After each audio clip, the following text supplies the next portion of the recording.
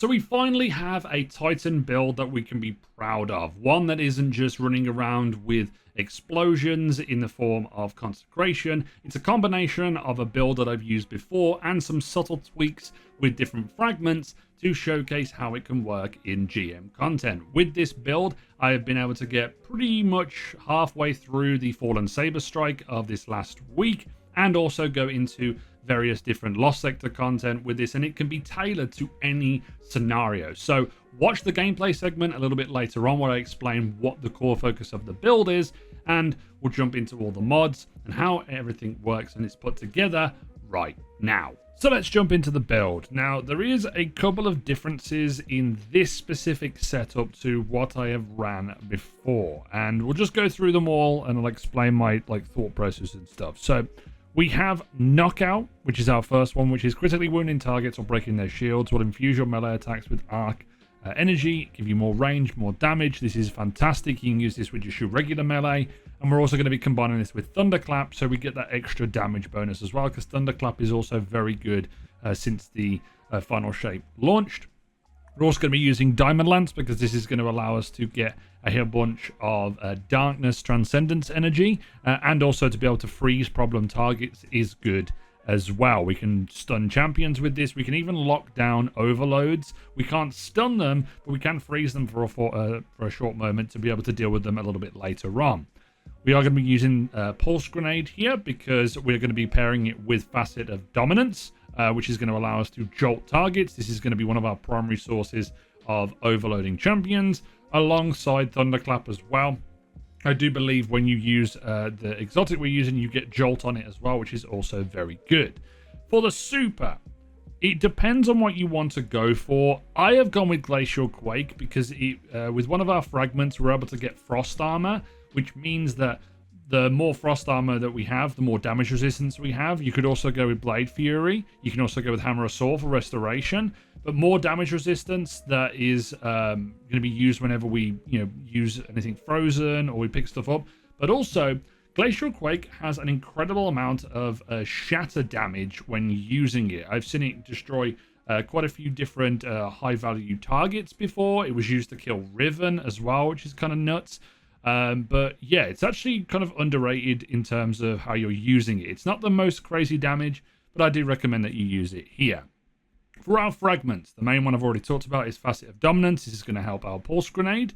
We have Facet of Protection because this is just going to allow us to have an extra damage resistance, and also more when we are in our Transcendence itself. Also, the grenade is fantastic here. We get Jolt and also Suspend with this, which is also great. I think this is probably the second best grenade, and I'm starting to enjoy this a lot more now that I am using it. We also have a Facet of Courage, which means we can do damage, more damage to enemies inflicted with a Darkness debuff. We have Facet of Purpose to be able to get ourselves Frost Armor. We're using Facet of Ruin here to be able to get more shatter damage whenever we shatter a Stasis Crystal, which we will get from freezing stuff, and also from Glacial Quake that we're also going to be using. But the key thing here is we're going to be using this to try and generate ourselves a whole bunch of Transcendence energy on the light and the dark side.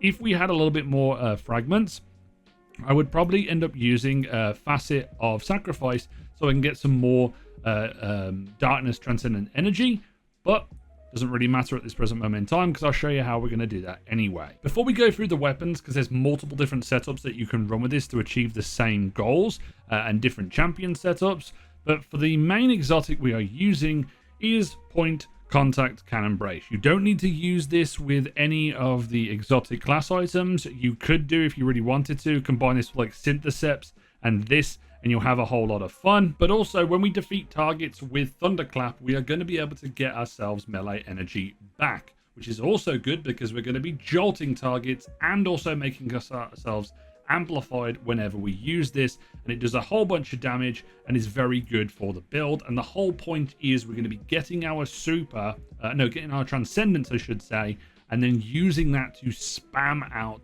Thunderclaps. I'll show you a little bit more in the gameplay segment. For the mods, we are running one Harmonic Siphon. I'm not using a stasis weapon here, so I could probably just drop this and use something else. You would change this if you have a super. I have got Arc Siphon on, but because of what I was running previously, but you can swap this out for Strand Siphon or even Solar Siphon. It depends on what you really want to use. And I also have one copy of Hands On to be able to get super energy back on melee kills. We have one copy of Heavy Handed alongside Momentum Transfer and Impact Induction. We have 2 Arc Resists and 1 Solar Resist, but these can change depending on the activity. I have Absolution, Invigoration, and Recuperation. And then finally, on our bond, we have Distribution, Outreach, and Bomber. For the stats, Resilience is a must. Discipline is also quite good here. Recovery is okay, and then getting some strength up as well.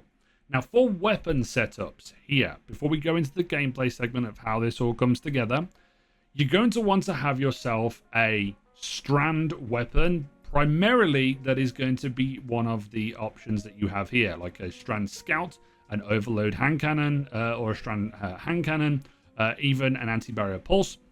I've been trying to get the one from the collections. Which one is it? No, it's a Pulse Rifle from this season that's just been added, which is Aisha's Care, because this is a heavy burst, which means it's going to do a whole bunch of extra damage. But you can use anything strand related here. I've got like Kept Confidence, whatever you need. The second weapon, I'm using Ikela Sniper Rifle to take advantage of our artifact. We'll go through that in just a moment, because it's helpful to have. I also have Darcy, and this is a kind of okay in very niche scenarios if you want to have an anti-barrier weapon and also a jolt weapon. But most of the time I'll be running Dragon's Breath, and you can swap out the Achilles as well for Indebted Kindness. It's entirely up to you. Lastly, for the artifact, I am running one copy of Shield Crush, which is going to be very good, be able to give us more grenade recharging. And also, if we have Frost Armor, we're going to be able to get our melee back. We have Sniper's Meditation. We have Galvanic Armor for the extra 35% damage resistance. We're going to have Radiant Orbs, which is quite good as well. I like running Counter Energy because this is very good in champion content, alongside running Elemental Siphon. If I'm running a kinetic weapon, then this is okay as well. I have incendiary rounds for the sniper rifle, including anti-barrier sniper, and you can also put on solar fulmination here and maybe drop the counter energy or even the shield crush. It's entirely up to you. Let's go through the gameplay segment. So here's an example of what we are going to try and do with the build. Once we get our Transcendence Darkness Energy, we're going to be throwing out our grenades so we can make sure everything is stranded, and then just spam out our thunderclaps. So you can see I've almost got my grenade back. Throw that out. Get the kill. Throw out another thunderclap. I'm going to be able to get a majority of it back. We're going to be able to throw out my grenade again. Hit everything again, and then you can see how powerful it is when you get the loop going, because if you spam it and you time it right, you'll be able to get your grenade ability back afterwards. And what we're trying to do from this point onwards, when we've finished our Transcendence, is build up that light meter, which is incredibly easy to do with what we have. You can see here we've got another Diamond Lance available to throw for us. And you can see how we're generating it in that bottom left-hand corner. We're trying our best to generate as much as we can, because the light energy is going to be easy because we're using all of our abilities. So whenever we get a Diamond Lance, we're going to be able to build that up. And that's where our Pulse Rifle comes into play.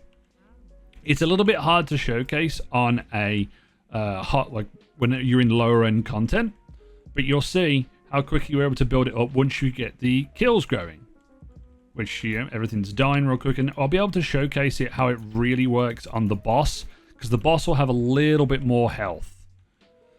So I'm going to be shooting the boss, and you can see I'm slowly generating my Transcendence energy up on that bottom right.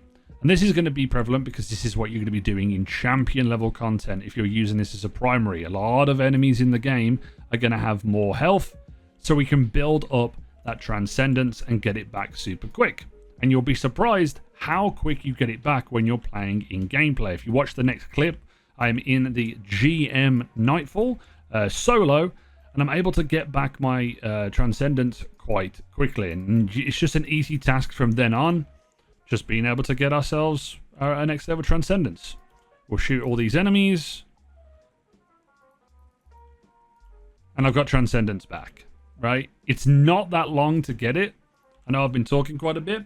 If you watch the next clip, you'll kind of understand why it's important. So as I previously stated, the whole point is you're trying to get the uptime on your transcendence back by using a strand weapon. A kinetic weapon is okay because it does both at the same time, but I would highly recommend if you can get yourself a strand pulse rifle, a strand scout rifle for any of the different activities that you're running, then you'll be in a little bit better stead.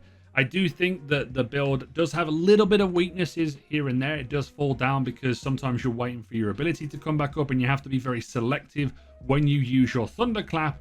But when you do have your transcendence up, you can spam that stuff as much as you get it. You can do small melees, you can do large charged up ones because you have a whole bunch of damage resistance as well. And it absolutely nukes through some of the overloads, especially when they all like chain together and that jolt continues to happen, and you can combine that with the indebted kindness as well. It's an all-around fun build, and I've really enjoyed using it in the last 2 weeks in the different GMs that we have had available. So hopefully this Titan build is good. It could be enhanced by the exotic class item combination with point contact brace, but as long as you've got that, point contact brace will make this thing work. And go and have a lot of fun. Hopefully you enjoy this build, and if you have, please leave a like on the video, subscribe if you're new as always, and this has been It's Jimbo, and I'll see you guys next time.